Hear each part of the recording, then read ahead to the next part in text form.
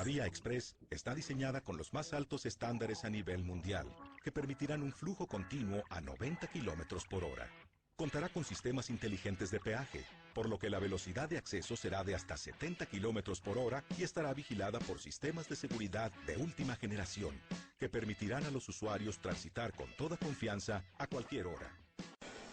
This is a 1950s solution to a 21st century problem.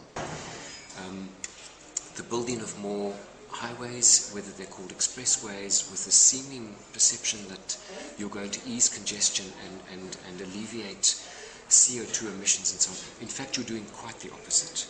The computer animation is great. It's world-class animation, but I love the fact that there's no congestion on the highway. You know, the highway looks perfect, but it's just not a realistic portrayal of a highway. It's full of lies.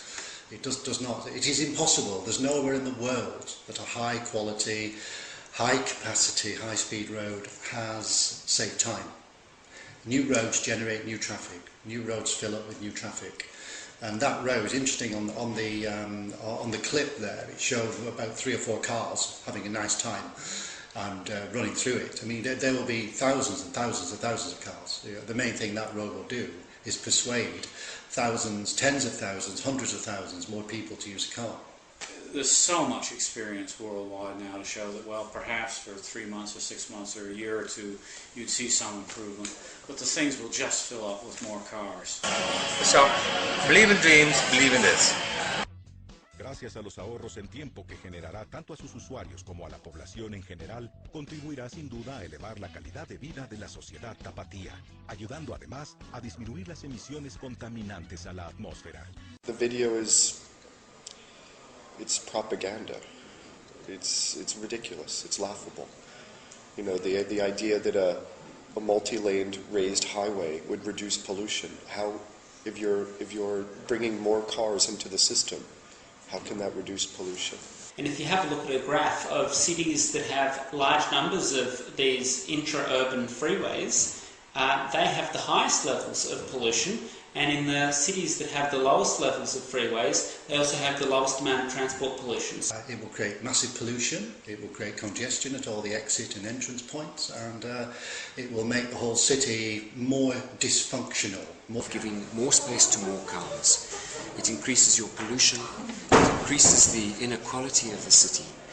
The repercussions of this type of a project are just, they're so far-reaching and so negative.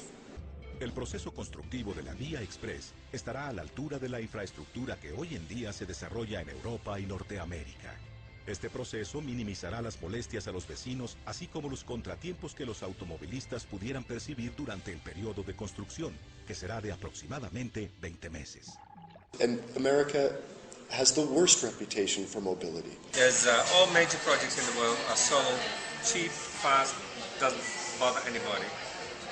All major projects in the world take longer, cost more, and bother a lot of people. And city governments are going to do something that fundamentally changes the character of the city. It's absolutely instrumental that communities are involved in the process. Este tipo de soluciones han sido implementadas en ciudades de primer mundo, como Tokio, Los Ángeles y Seúl. Please show me a project like this somewhere in the world that has solved the problem. You should go and visit Los Angeles or Detroit. If you can't, you should speak to people that have gone to Los Angeles and Detroit, and they will tell you that their congestion problems are the worst in the whole country, and yet they've spent the most on trying to relieve their congestion problem by building more freeways. So they don't work. The M25 motorway around London was built a high quality, very expensive 6-lane motorway all around London. That had a design life of 30 years, and it filled up after 6 months. I could cite an example from Texas in the United States where they had a 3-lane highway which became congested in the 1980s, and they made it into a 6-lane highway. And for some months there was a lessening of congestion, but then within a year the 6-lane highway had become as congested as the previous 3-lane one. convirtiéndose en un elemento de modernidad, facilitando la convivencia de sus habitantes. Some research has been done in the US and also in Australia on the communities that live very close to big freeways, and what they've found is that those people exercise less and are exposed to greater levels of air pollution than other residents. From my experience in the United States, as well as my experience in Central Europe, building a highway in an urban area bisects the city, automatically creating on one side, the less desirable side of the highway, a ghetto. And the thing that these elevated structures do is they slice a city right in half. They make terribly ugly, dangerous, noisy spaces underneath them. The clever architects in cities today are saying we are taking expenditure, federal expenditure, national expenditure from freeways, and we're putting them into real sustainable ways of moving and mobility, like bikeways, like public transport systems for buses, and better pedestrian access points, creating more pedestrian plazas, more bikeways in cities, and making the cities themselves more and more difficult for cars to get into. La Vía Express tiene como objetivo que las personas de esta ciudad vivan mejor comunicados y cuenten con más tiempo para las cosas que realmente importan. Vía Express.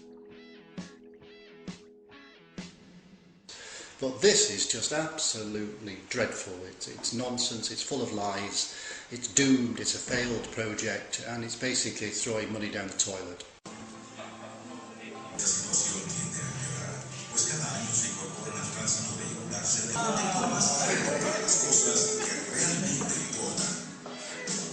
Vía Express.